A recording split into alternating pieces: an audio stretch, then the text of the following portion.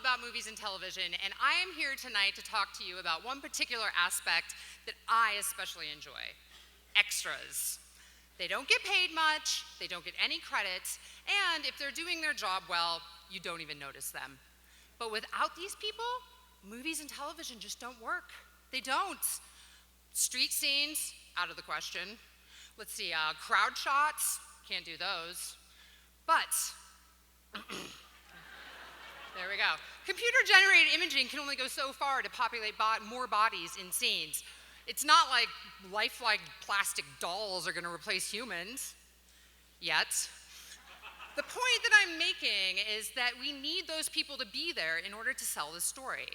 And I love those people because I'm one of those people.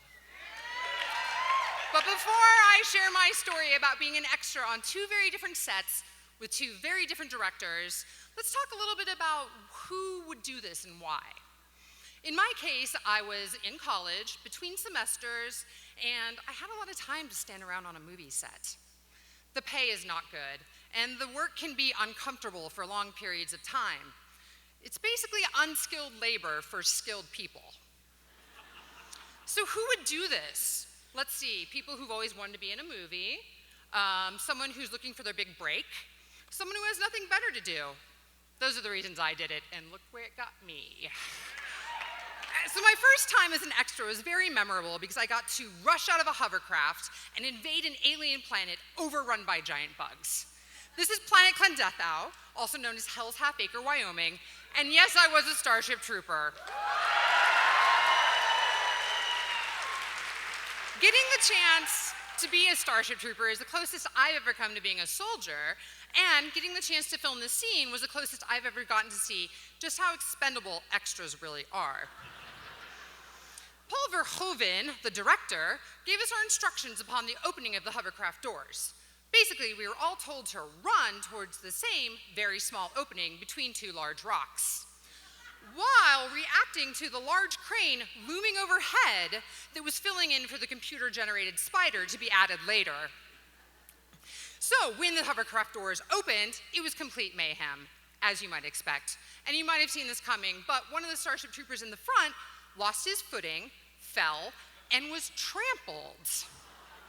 Yeah, don't worry, we stopped filming for that, but then the director got on the bullhorn and told us to regroup and let's do it one more time. Yeah.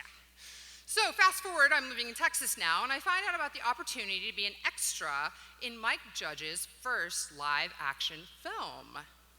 It was not a hard decision to skip class that day, and that is how I ended up in the traffic jam opening scene of Office Space. There was a lot of standing around while cars were put into place, and it was during that time that I realized that only the drivers of the car were actually getting paid. As a passenger, that was my cue to start drinking.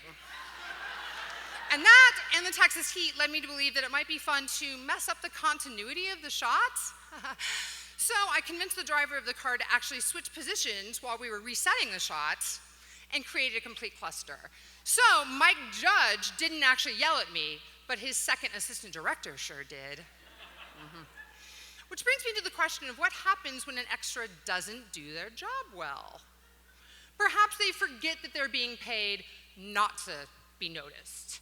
Well, when an extra goes rogue, we all end up noticing, right? Maybe it's the warrior who's headed into battle with a smile on his face, or the guy who's in the back who's taking the attention away from the main character. Whenever it happens, it's fun to discover later, but it's incredibly distracting in the moment. If you would like to find out more about these magical creatures, Ricky Gervais has a series aptly named Extras.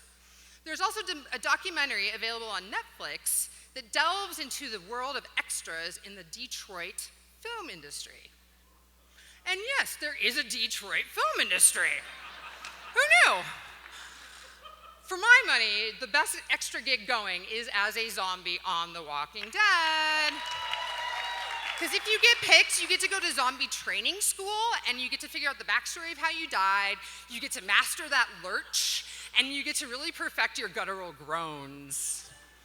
Totally awesome. But anyway, I just want to leave you on one note, and that is, please remember to notice the details. Thank you, Ignite.